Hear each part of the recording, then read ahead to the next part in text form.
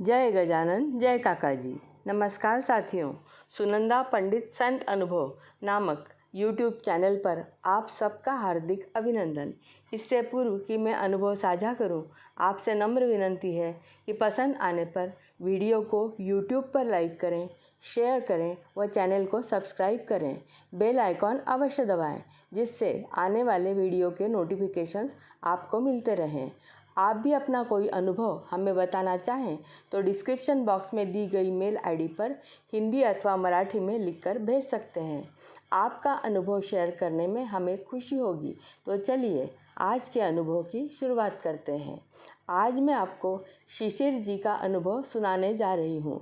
उनके अनुसार उनके पिताजी को माता पिता के कारण ही उन्हें परोपकार करने की आदत लगी हुई थी। पिताजी एक व्यवसायी थे, पर पैसे के कारण उन्होंने कभी किसी का काम नहीं रोका, तो उनकी आर्थिक परिस्थिति ठीक ठीक ही थी।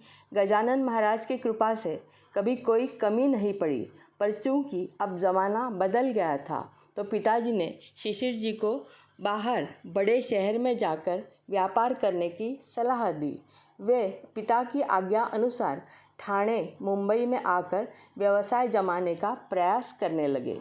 नई नई जगह, इनकी कोई पहचान नहीं, तो बड़ी मुश्किल से इनका गुजारा होता।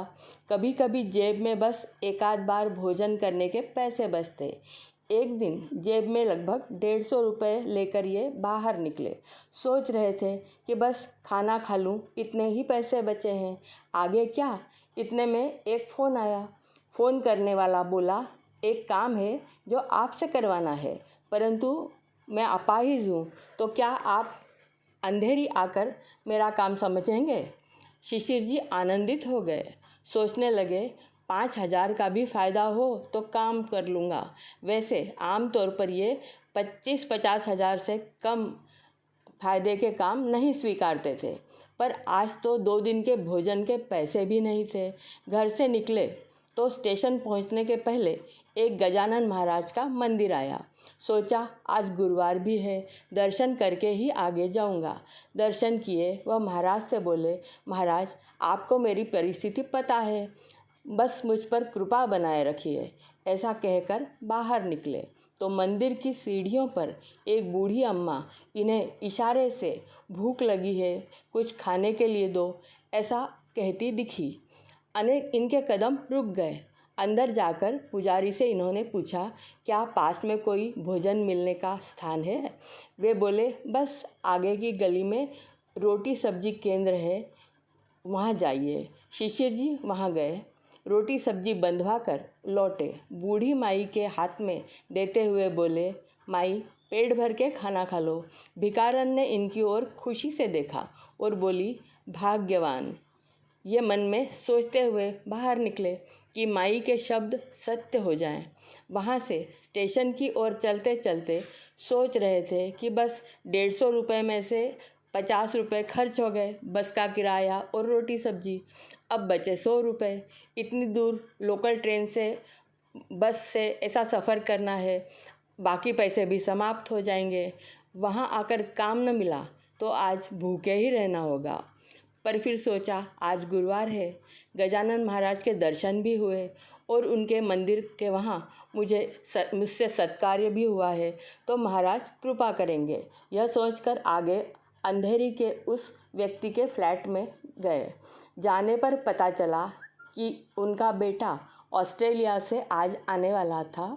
उसी का काम करने के लिए इन्हें बुलाया गया था। किसी कारणवश उसकी फ़्लाइट कैंसिल हो गई और वो आया ही नहीं। अब ये शिशिर जी अतिशय निराश हो गए। उस आदमी ने इन्हें दिलासा देते हुए कहा कि बेटा आने पर वे उन्हें ही काम दिलवाएंगे। पर ये निराश होकर वापस जाने के लिए लोकल ट्रेन में चढ़े। एक गरीब बच्ची फटे कपड़े पहने हुए अपने छोटे भाई के साथ बॉल पेन बेच रही थी। ये बोले कि इन्हें उस पर बहुत दया आई।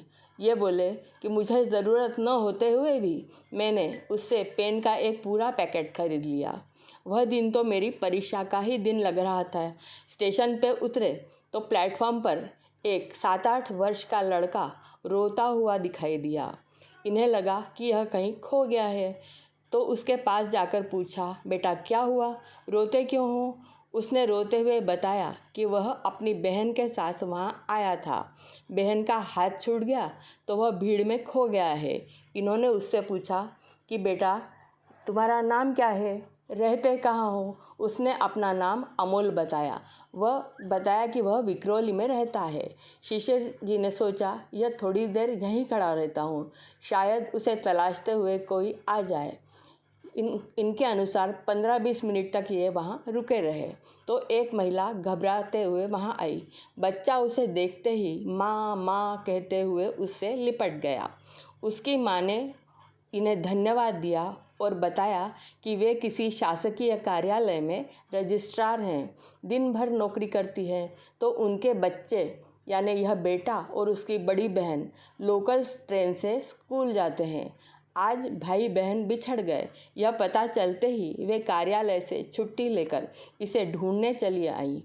इन्होंने इनका परिचय पूछने पर बताया कि मैं अमुक अमुक व्यवसाय करता हूँ। उस महिला ने उनसे कहा कि वे अपने कार्यालय से उन्हें लगातार 2 वर्ष तक काम दिला सकती हैं।